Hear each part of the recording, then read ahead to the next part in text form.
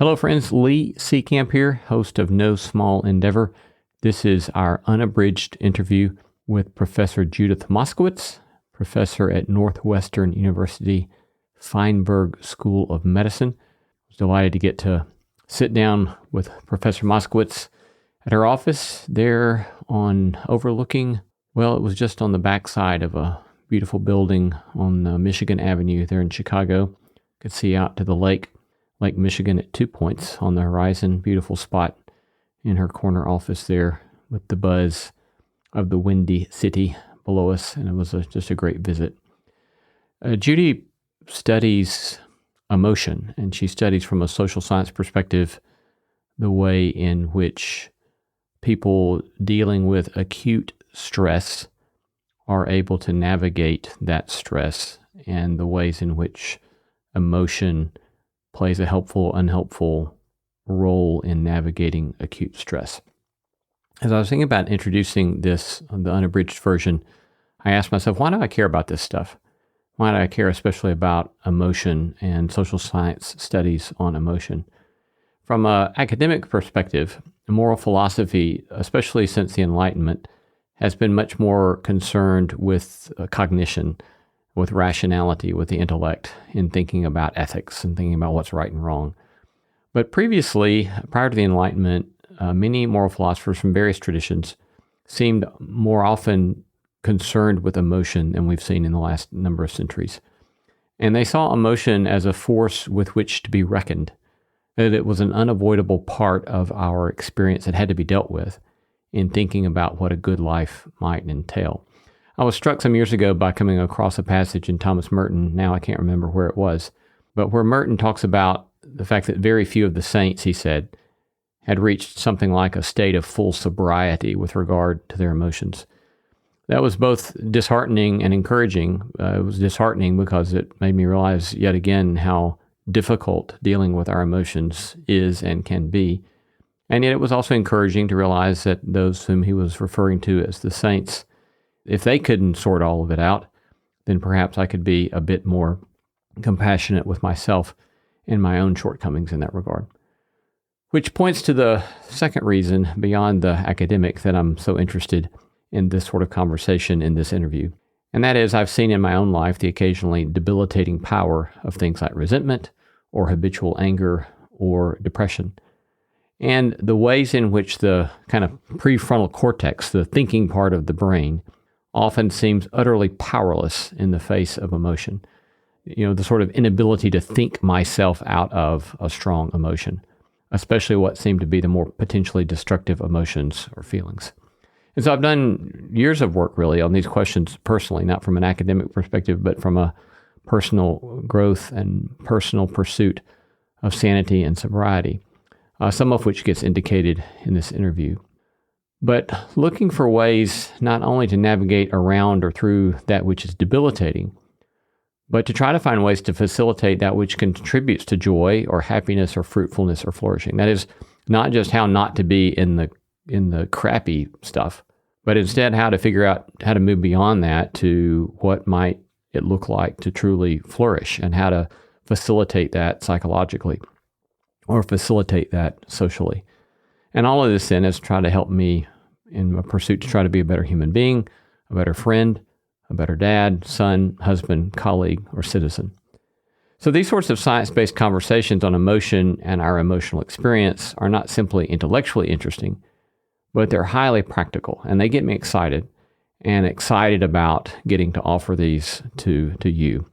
And so as I listened back through the interview we taped there on Michigan Avenue there in Chicago, I was excited to have this material on tape, as I think it will help me to listen back to in the future, and I hope it will be of help to you. Which gives me a last sort of introductory note, just to say I'm so glad and so grateful to get to share the kinds of conversations that we're having. And it's such a joy to hear from so many of you about the ways you're experiencing, receiving the material that we're getting to share. And we're grateful for your feedback, and we're grateful for you joining us in this pursuit of exploring what it might mean to try to live a good life. We're grateful for you and your sharing with us. Enjoy this interview with Judy Moskowitz. Hey, friend, if you didn't know, I started a newsletter a while back that comes out every 2 weeks. I've been delighted to hear from so many of you about positive response to the newsletter. We call it the No Small Endeavor Notebook, where I riff on themes and topics related to our podcast, giving you additional material for thinking and doing in your own quest to make sense of what it might mean to live a good life. Join us by going now to nosmallendeavor.com and sign up there. Again, go to nosmallendeavor.com to sign up now for our free No Small Endeavor Notebook newsletter. Judith Moskowitz is professor of medical social sciences at Northwestern University Feinberg School of Medicine. She's a social psychologist, having completed her PhD at Dartmouth. She studies the impact of positive emotion on adjustment to health-related and other life stress. She's also a principal investigator of several NIH-funded trials of an intervention designed to increase positive emotion and improve psychological and physical well-being in people experiencing various types of life stress. And she's welcomed me to her office here on Michigan Avenue, downtown Chicago, with spectacular views of Lake Michigan. Welcome to the show, Judy. Thank you for coming. Welcome to the most beautiful day we've had so far in Chicago this year. I brought good weather from Tennessee. You did. Thank you so much. To you. And a great corner office here, downtown Michigan, downtown Chicago. It's just really spectacular view. Yeah. You've been doing this sort of work at Northwestern how long now? 14 years. I came here in 2014, so about 9 years. Yes. And home for you is where originally? Originally, Oshkosh, Wisconsin. Oshkosh. Yes. Oshkosh, the great home of the fly-in. Yes. Did you or any of your family fly pilots?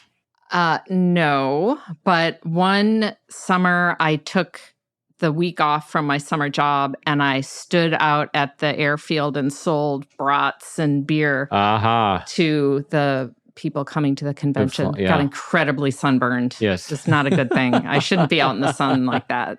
I'm a glider pilot, and so I love all sorts of aircraft. And lovely. But I'm going askance or afar from where we're headed today. So first, let me ask about your field or the name of your department, Medical Social Sciences. So for those who might not know what medical social sciences are, describe this sort of multidisciplinary endeavor for us. Yeah, so we are a department of behavioral and social scientists doing work in the medical and health field. So psychologists, sociologists, epidemiologists. We have a big group doing measurement development to assess patient-reported outcomes in the health field. So it's, as you said, multidisciplinary and mostly focused on health and healthcare. Yeah. So it's asking certain sets of questions that perhaps haven't been asked for many years in healthcare? Not in this way. Yeah. So, I think that's a true statement. Yeah. So describe for us how your field relates to the development of positive psychology. So my work started in this area of trying to understand positive emotion in the midst of stress and trying to help people have more positive emotions so they can cope better with stress. This started in the early to mid 1990s, about the time that positive psychology was sort of coming online, and Martin Seligman started that area of psychology. And what I was studying at the time was men caring for their partners with AIDS. So some of the most extreme stress you can imagine experiencing. This was before the more effective medications for AIDS and HIV. So AIDS was essentially a terminal illness. So the men in our study were caring for a partner who was dying. And then we also continued to interview them after the death of the partner. So the stress of caregiving and the stress of bereavement. And initially we were asking questions about that stress, really looking at, how do people cope well with extreme stress and what can they do to cope better with that extreme stress? So asking them what was stressful about caring for your partner or bereavement in the past week, what was a stressful event that happened for you? And then how did you cope with it? And then that was the end of the interview. We said, thanks, we'll see you again in 2 months. They were interviewed every 2 months. And shortly after the start of the study, the participants said, well, you're not asking us about the good things that are happening in our lives. And we were shocked as stress and coping researchers because we were studying stress. And why would we ask about good things? Because, of course, they didn't have any good things going on because their partner was dying. But they convinced us, and the principal investigator on that study, Susan Folkman, is a very wise woman, and she listened to our participants. So we added a question to the end of the interview following the, tell us something stressful that happened in the past week, and what did you do in response? We then asked about something positive and meaningful that happened in the past week that helped you get through a day. And in almost every single interview after that, even if their partner had just died, the participants were able to talk about something positive that happened. So it was a real eye-opener for us to see that, even in the midst of really extreme stress, people can experience positive things and positive emotions. And these positive emotions and positive events seem to be helping them cope better with this extreme form of stress. And then in time, you all began to ask about how those sorts of positive experiences can be multiplied or even learned? Yes. So after that study and another study or two and other things were starting to come out in the literature, including positive psychology that was starting to look at these things, we were able to see that it wasn't that unusual for people experiencing various types of extreme stress to also have positive emotions. Absolutely, there was sadness and depression and anxiety when people are experiencing stress, but there was also happiness and satisfaction and relief and contentment. So at that point, I started asking myself whether it would be possible to teach people how to experience more positive emotion, even if they were experiencing stress. So we put together a multi-component program and started testing that in various groups. Usually it was health-related stress. And now we've expanded into all kinds of life stress where we can look at whether practicing these skills is helpful in maintaining well-being. Yeah.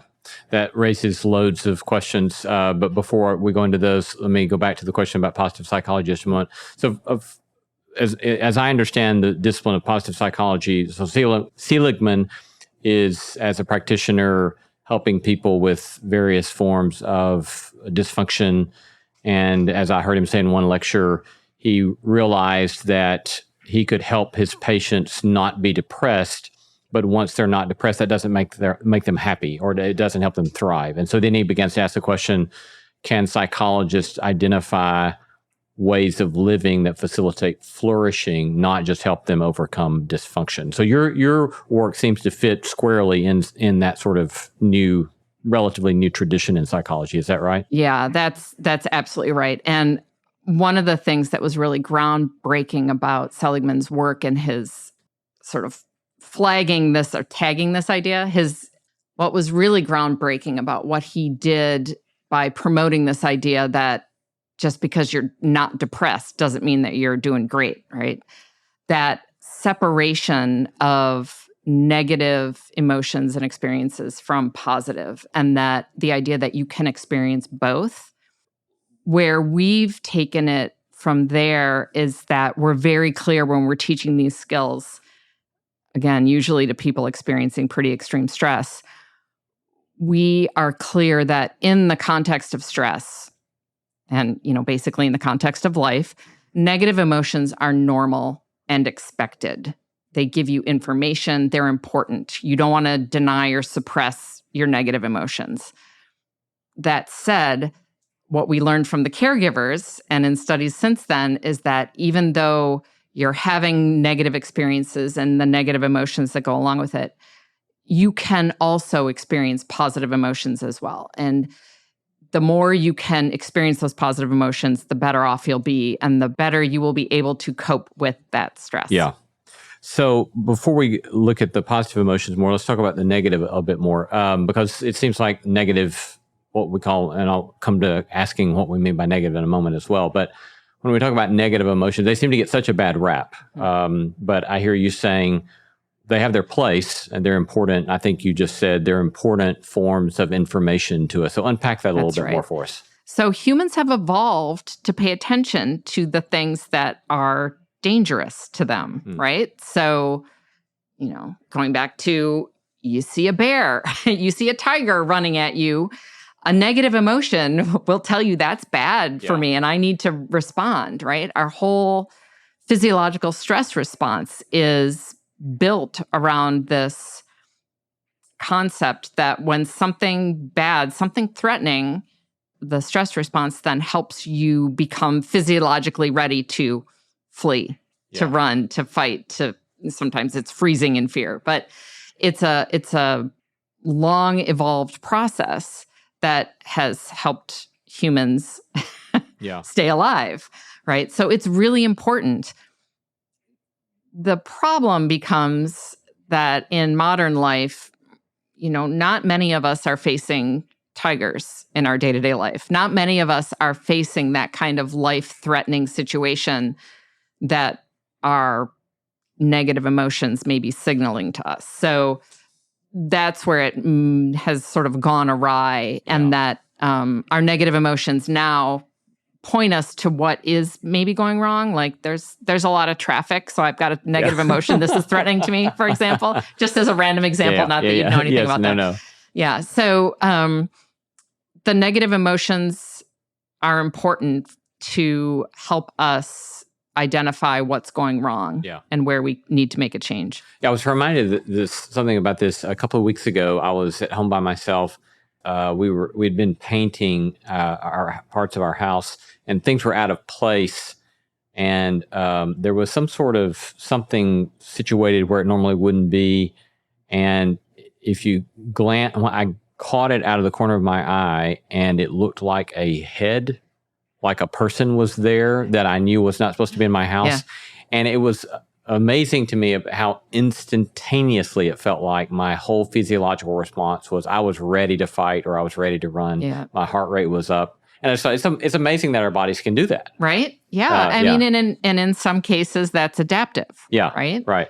So this whole notion of being able to hold the positive alongside the negative seems immensely helpful to me at a practical level. And for me, as someone who has done a fair amount of work in even learning to pay attention to myself emotionally, I'm flashing back to years ago being in a therapist's office, and he asked me, "What are you feeling?" And I said, "I don't know." And he kind of chuckled and he said, "I think you're telling the truth." And because I really didn't know what I was feeling, and so having to learn that. And at about the same time, I was in another group with some guys who are good friends of mine now because we've been doing stuff together for years on Saturday mornings. And one of the guys in this group said that he had recently been to an art museum. I can't remember if it was here in Chicago or New York. And he came upon this painting that was just white on white.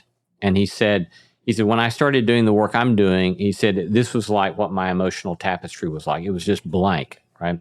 And he said, then I went a little further in the museum and I saw a white canvas that had a big red, bright red blotch of color. And he said, that was like the next phase where I couldn't identify anything except anger. I just knew I was angry.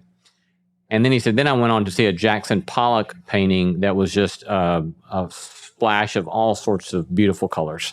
And he said, I began to realize this is what my emotional experience can be like on a daily basis. I can have a little dash of red, but I've got the blues and the greens and the yellows and this beautiful tapestry of all sorts of emotions.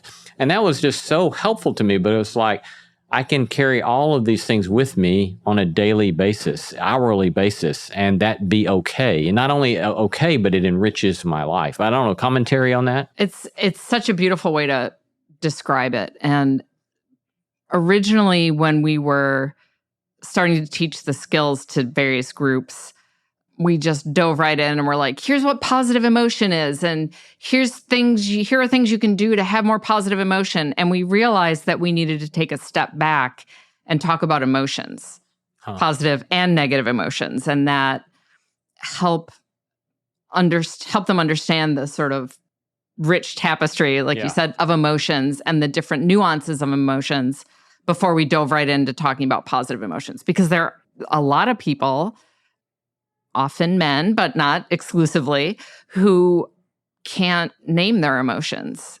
And when they might try to learn some skills for having more positive emotion, that doesn't make any sense to them because they can't differentiate their emotions beyond, how are you? I'm okay. Yeah. I'm fine. Like there's no diversity of emotions in their experience. And so we try to help people learn that how to be aware of their emotions and how to label them. Yeah. So let me ask a dig into that question about your comment about mostly men, but not just men. So obviously we're beginning to wade into perhaps fraught waters of gender essentialism and things of that sort. But let's ask some questions about that. So what do you know about? Is this from what you know? Is there data showing that men have more trouble with that, or is that kind of anecdotal in your experience? It is both of those things. Okay. So definitely anecdotal in my experience in teaching this program. Men have a harder time labeling what they feel, or at least maybe they can label it in their heads, but they aren't as adept at expressing what they feel. And I don't have the studies on the tip of my tongue, but I would bet good money that there's a lot of literature that men are not as emotionally diverse in their experience and expression as women are. And do you think that is something particular to American culture, Western culture, or do you think that's more universal? Oh, that's a great question. Emotions are very culturally bound and swayed by the values of the culture that you're in. It's one of the reasons that when I'm approached by a colleague who wants to do this work internationally, they say, I want to. So, true example, I have a colleague who has convinced me to write a grant to deliver this program to men in Bangkok. And my first response was absolutely not. Like the program would need to be completely different. The values that people living in Thailand, so more, Eastern Asian cultures, the value that they place on positive emotion in particular is different. Their culture is much more communal and not as individual. And this program, my program, has been developed in the United States and is very culturally bound to the American way of individualism. Yeah. And it's very focused on the individual, which is not a bad thing, but it's a cultural thing. So I think it's possible to translate this program and these ideas of emotional awareness and emotional value to other cultures so that it can be beneficial to other cultures. But I am very careful not to just assume that the program that I've developed in the U.S. can be translated into a different culture.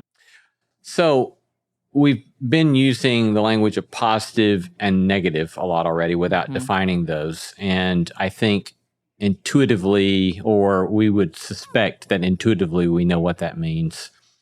But from a scientific, neurological, brain science perspective, social psychology perspective, are there definitions for that, or are you working mostly out of self-reports on what people experience themselves as positive or negative? So we definitely rely on self-report. To me, that's the gold standard, that when you ask someone how they feel, they tell you, to an extent, if they're aware of it. We don't use positive in the sense that positive is good. Like, positive emotions, these are the good emotions to have. That's not a value judgment. It's a valence.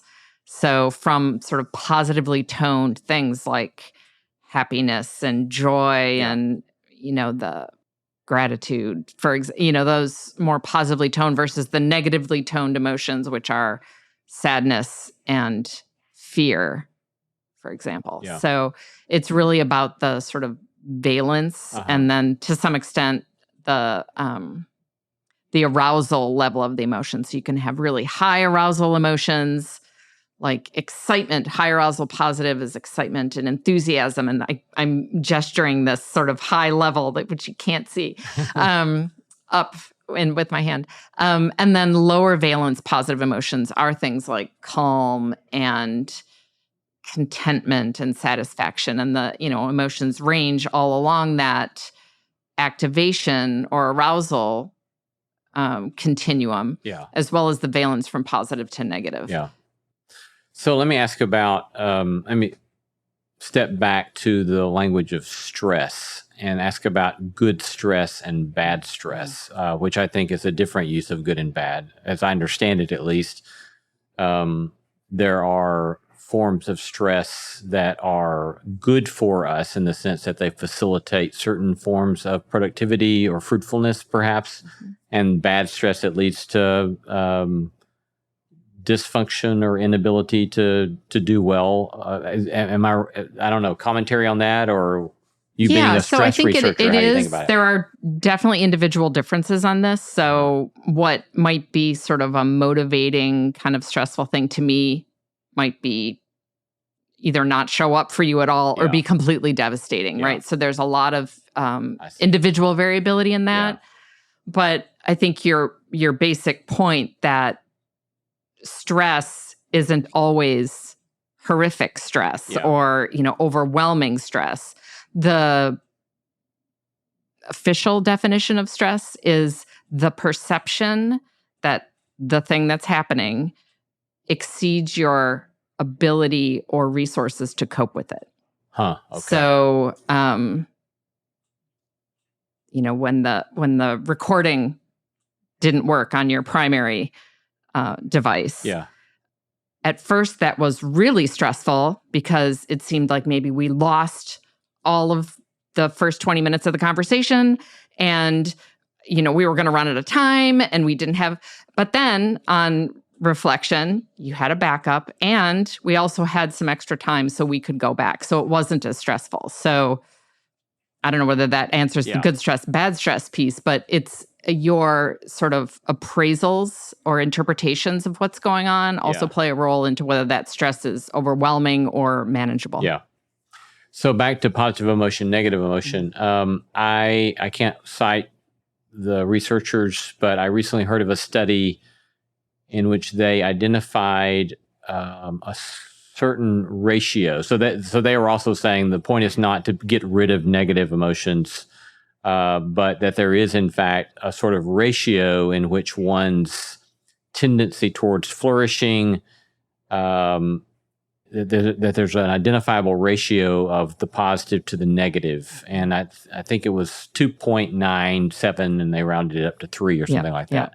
Any reflections on that or commentary on that? Yeah, so that research does exist. There were a few papers that came out that showed that this was sort of the optimal ratio of emotional experience of positive to negative. There have been some questions raised about some of that work and how they quantified emotions. And practically speaking, how would you go about figuring out what that looks like in your day-to-day life? Okay, I've had 3 things happen today. 2 of them were bad and 1 was good, so I'm off. I need another, Yeah. It's a useful sort of metric to think about in research, and you can look in data sets of people who on their daily emotion ratios, and you could look to see, are the people who are 3-to-1 or 2.9-to-1, are they better off on some outcome than the people who have a different ratio? But practically, I'm not sure how helpful it is. Yeah. I think after I had heard that and was reflecting on it some, I did ask myself that same sort of question of, well, how in the world am I supposed to quantify this? But at the same time, it did help me.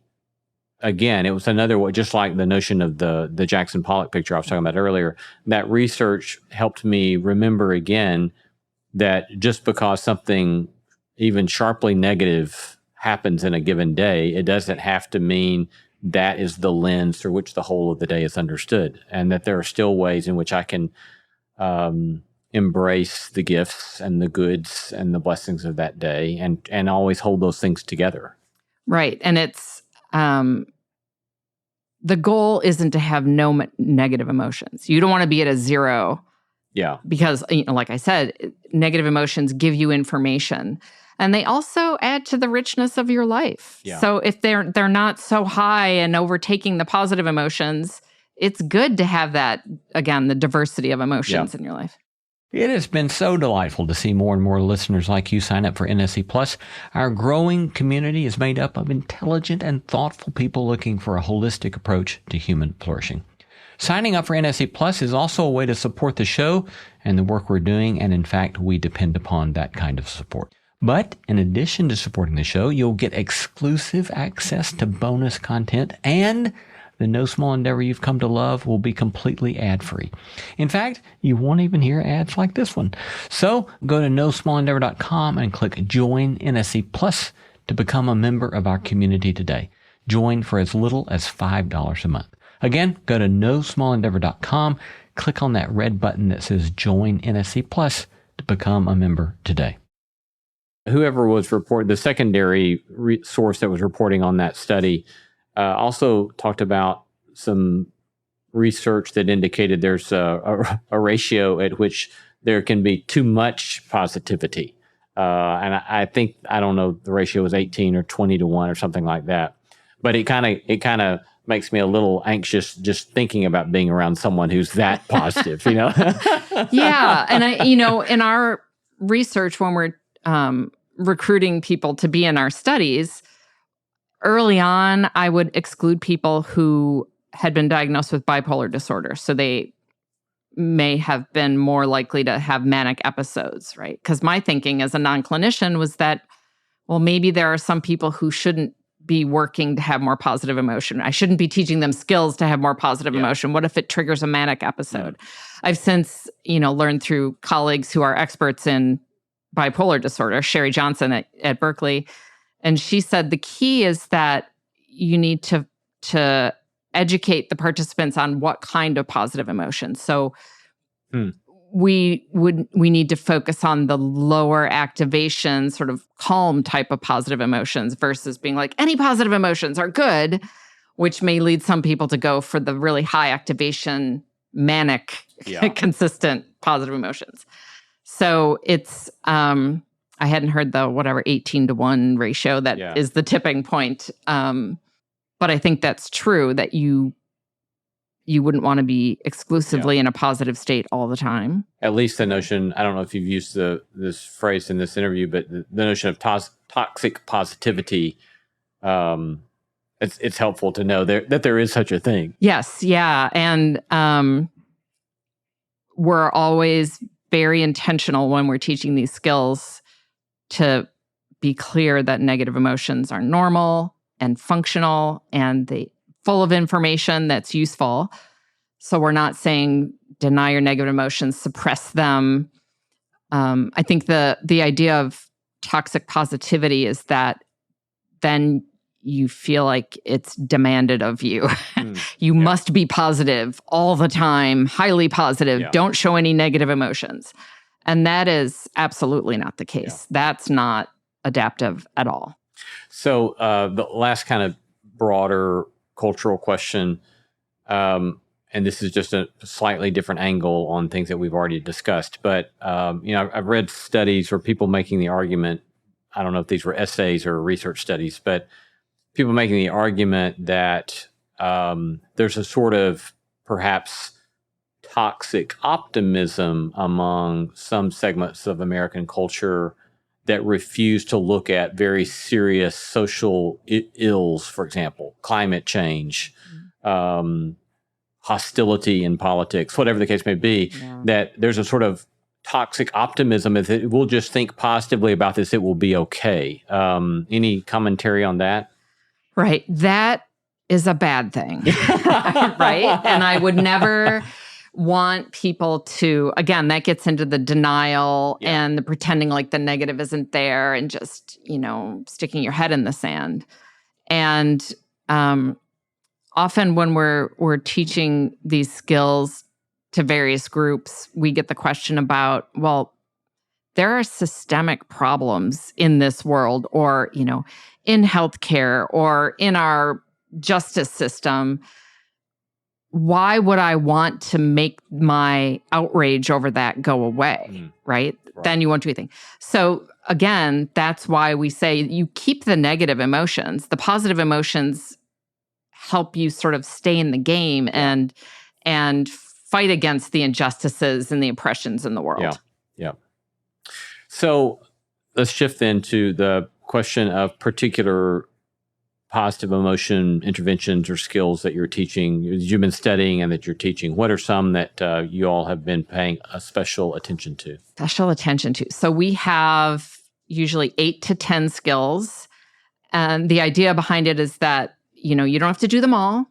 It's not like there's some magical synergistic package, but that we ask our participants to try each one. Just try it. You might first think, no, I've got that one, or I don't want to do that, or that sounds terrible. We ask everyone to try each of the skills and see what works for them, and then make that one a habit, right?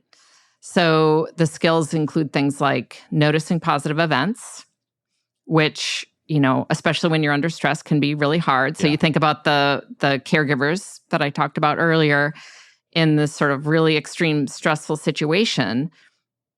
Those who were able to notice a positive event, a lovely sunset, a beautiful flower, a walk on the beach, a good meal for their partner, did better. So we try to help people realize that, no matter how bleak things are, there's always something positive. So, look for it and notice it. And once you start trying to notice the positive things, you start noticing more of them. Yeah.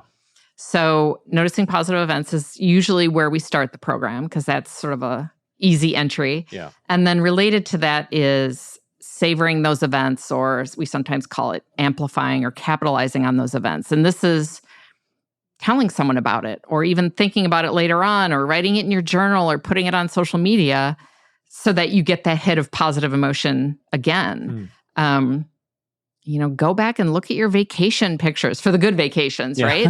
And savor that and be like, remember how great that vacation was. That's savoring. Yeah. And that helps you re-experience that positive emotion again. So that's the second skill. So noticing positive events, savoring. The third skill we usually teach is gratitude, which, and again, these skills overlap to some extent. So gratitude has a lot in common with noticing positive events. It's just more about being grateful for things that are, or things that happened.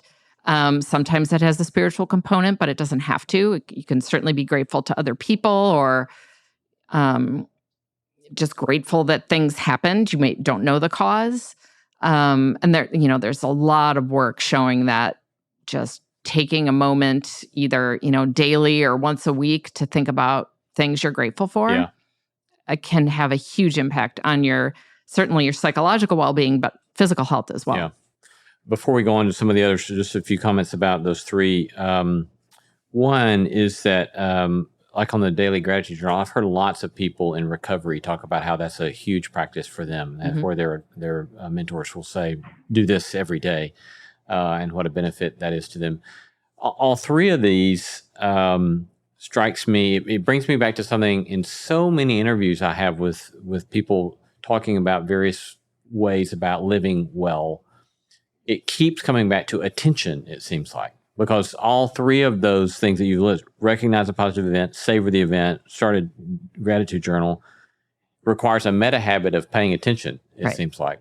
And that attention seems to be this sort of ingredient that's increasingly difficult for us to get a hold of, given the world of distraction that we live in.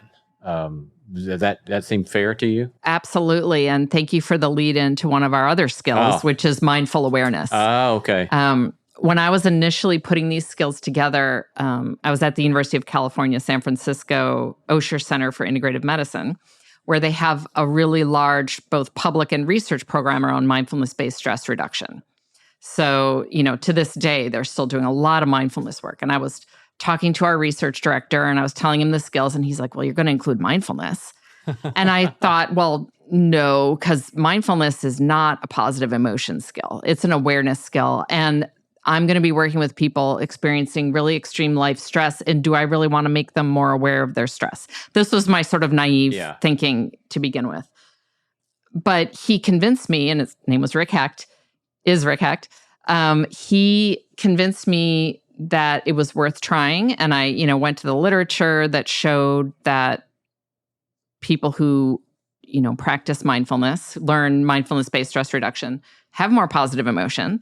So I thought, okay, I'll put that into my program. So we mindfulness-based stress reduction is 8 sessions, usually hour and a half to 2 hours a session for, 8 weeks. And then there's a day-long silent retreat and 45 minutes a day of practice. And it's a lot. And it includes a lot more than the pieces of mindfulness that we focus on. So what we focus on is mindful awareness. So awareness of what's happening, your emotions in particular, but also other things that are going on in your life, experiences, sensations. And then we also focus on the non-judgment piece, which is really key, I think, in this program, so that you're feeling what you're feeling, you're experiencing what you're experiencing, and you don't judge yourself for it, right? So I'm really glad that that was suggested to me early on, and I'm really glad we included it because anecdotally, it helps enhance the use of the other skills because people are more emotionally aware and more aware of the positive events going on in their life, more aware of what they're grateful for. Yeah. So that mindfulness skill and that practice of being more mindful really helps enhance the use of the rest of the skills. Yeah. On non-judgment, I would be interested for you to tell me what you think about this. First I should say that as someone who has had to do a lot of work kind of recovering from a sort of shame-based Bible Belt religious culture in which I could hardly think of anything without self-judgment. That was just like my constant mode of being, was self-judgment. And so I've worked on that and thought about that a lot. I've learned from people like Pema Chodron who will talk about, in doing mindfulness meditation, we'll talk about neither suppress nor indulge, that you observe whatever it is. You don't want to hop on the train and you don't want to beat yourself up for the train that's coming by, but just note it and let it go, flow down the stream of one's thoughts and let it go on down. That's been very helpful to me. And recently I heard someone say that, and I don't know what I think about this, but it's been helpful to me in a practical way. They've suggested that sometimes we will think crazy things because our mind is reminding us of things that we don't want to do. And like I say, I don't know what I think about that, but it's been helpful because I think crazy things sometimes. And that sort of permission to frame that as, oh, that's my brain being my friend, and just saying, oh, you don't want to do that. Even though it may put you in the kind of mode of thinking about doing it, it's actually telling me, no, you don't want to do that. I don't know. So that sounds crazy at one level, but I don't know. Thoughts about that? Well, I think sort of 2 things on that. Yeah. The first, your mind thinks crazy things. That in the sort of basic MBSR course, they talk about monkey mind, right? Yeah. And help people to understand that that's normal. Your mind's going to be all over the place. It might be thinking crazy things, and then just gently guide your attention back to your present moment experience, right? So I think that understanding that that's how our minds are is really helpful. And again, not to shame yourself over it. And I think related to that is another one of our skills, which is self-compassion, which is, the understanding that everyone is suffering on some level, and you should treat yourself with the same compassion you would treat a good friend. Yeah. So many of us are,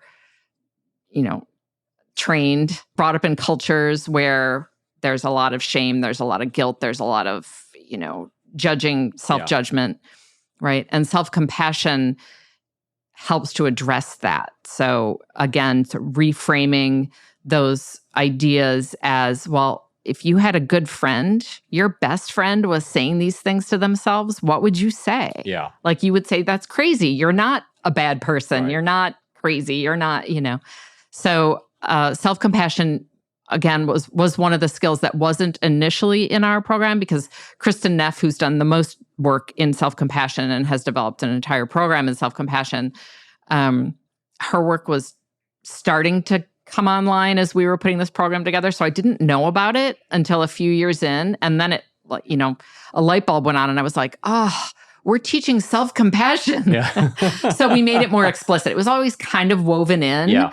But we make it more explicit. Yeah. Because I think it's really helpful. I'll note here for listeners that we have, it's one of our most commented on episodes with Kristen Neff. Oh, she's and a great. Beautiful episode on self-compassion. Yeah. What other skills have you working on? So what have I not talked? So you talked about mindfulness. One of the more challenging skills for people is positive reappraisal, or positive, it's sometimes called reframing in sort of the cognitive behavioral sense. I love that. And so what it involves is understanding that your emotional reaction comes from your interpretation or your appraisal of a situation. Yes. So your first appraisal of a situation might be that it's bad and it's very stressful. Positive reappraisals are things like noticing how maybe it wasn't as bad as you initially thought. Another form of positive reappraisal is my personal favorite. It could be worse, because I am naturally a sort of a catastrophizer.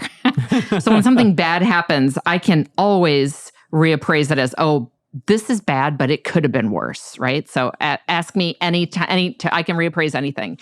I'm sure it annoys my children in particular, but that sort of idea that, yes, this thing is stressful and it's bad, but you know what would have been really bad? And then you're like, so this is not as bad as that. So therefore, it's not as stressful.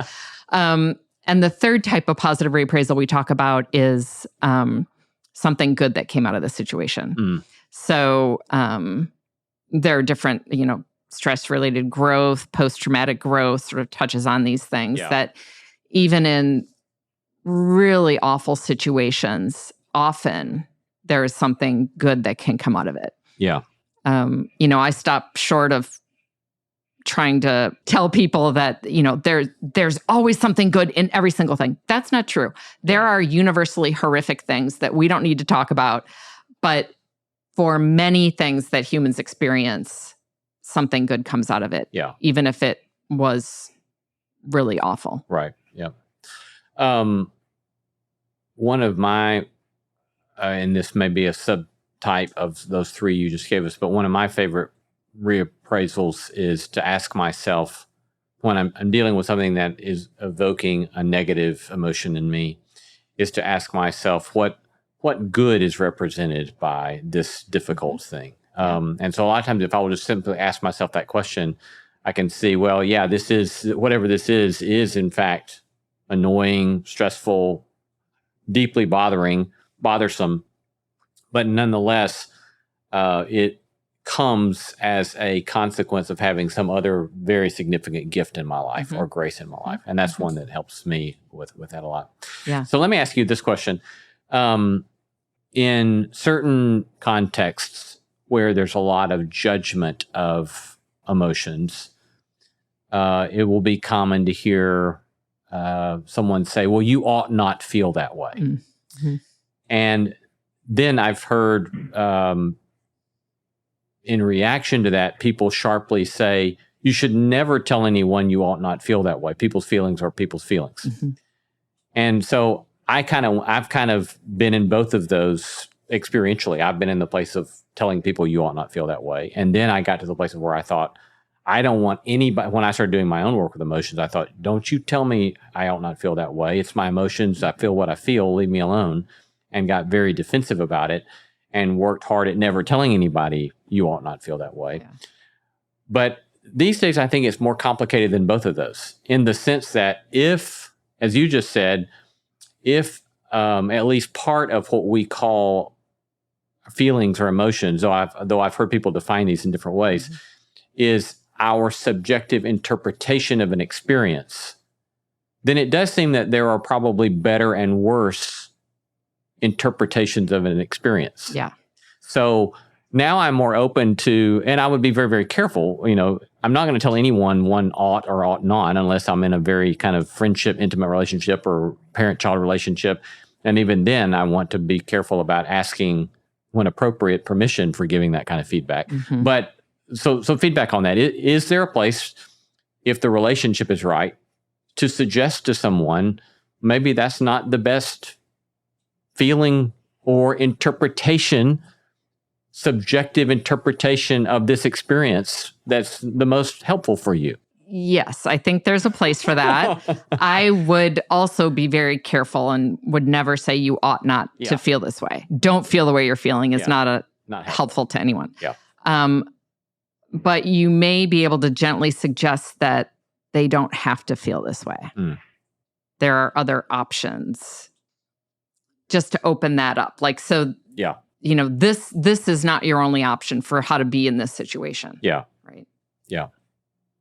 Yeah, just that sort of possibility that we do have a certain level of autonomy, or there's an element of will to some degree that we can bring to the frame or the interpretation that we choose to prioritize over some given experience. Right. It's a fine line between saying, you feel the way you feel, and that's okay because that's how you feel, and also empowering people to know that they have the control and can change their emotional experience. Yeah.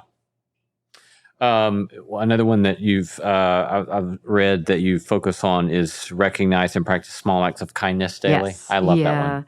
Yeah, that's one of my favorites, based on work of Elizabeth Dunn, who one of her studies brought in people, brought them into the lab at the beginning of the day and measured how happy they were, and then gave everybody $20 and randomly assigned them to go out and spend that money on themselves or on someone else. And then, although I don't think the participants knew they were going to get a follow-up call, they got a follow-up call at the end of the day and asked how happy they were. And you see where this is going. The people who spent the money on someone else were happier than the people who spent the money on themselves. And it didn't matter what their financial situation was. It was the act of doing something for someone else that led them to be happier. And this has been shown in lots of different ways and in much more sophisticated studies that she's done. But that was sort of the first one where I became aware of this. It's also been shown that, people who volunteer live longer. And, again, independent of their own sort of personal resources, it seems to be that act of giving that makes a difference in their well-being. Yeah.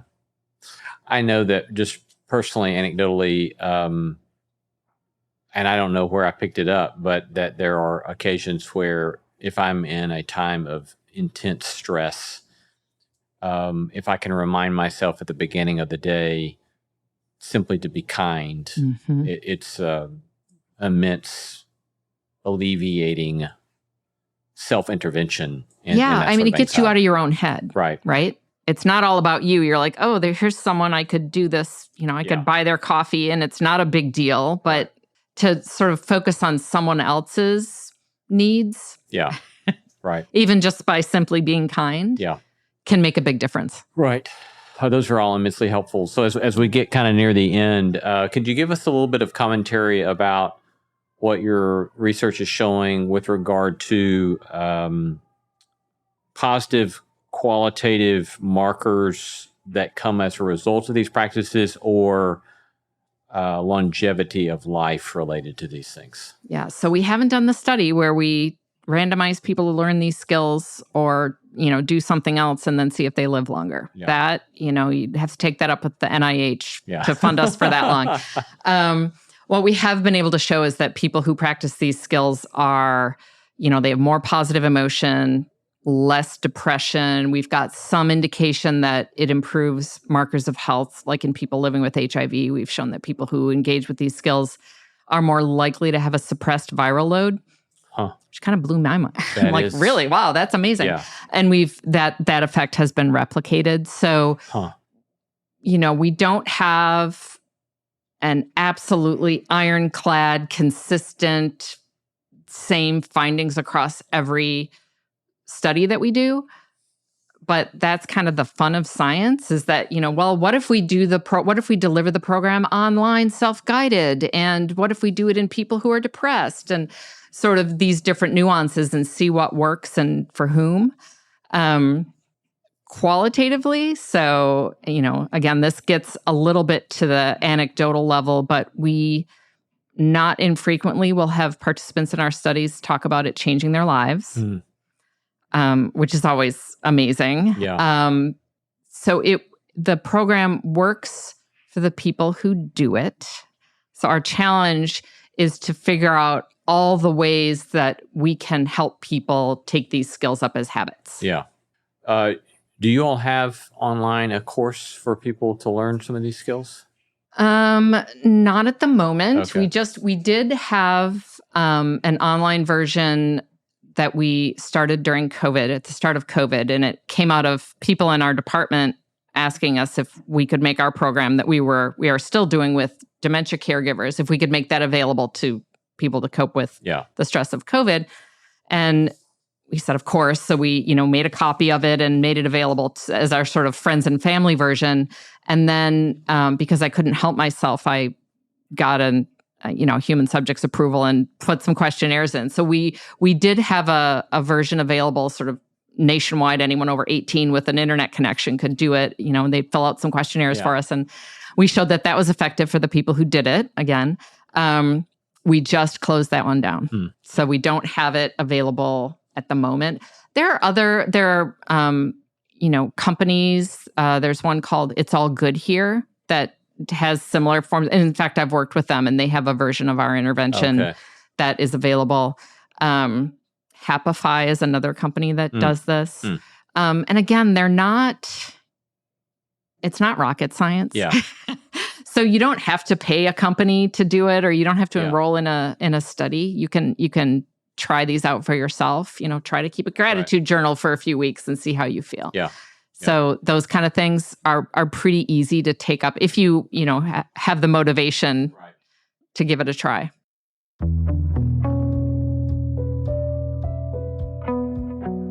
Been talking to Professor Judith Moskowitz, Professor of Medical Social Sciences at Northwestern University Feinberg School of Medicine. Judy, thanks so much for your time today, your generosity, and your good work and sharing your work with us today. Thank you. I always love talking about it, so I appreciate you coming down here. Thanks so much.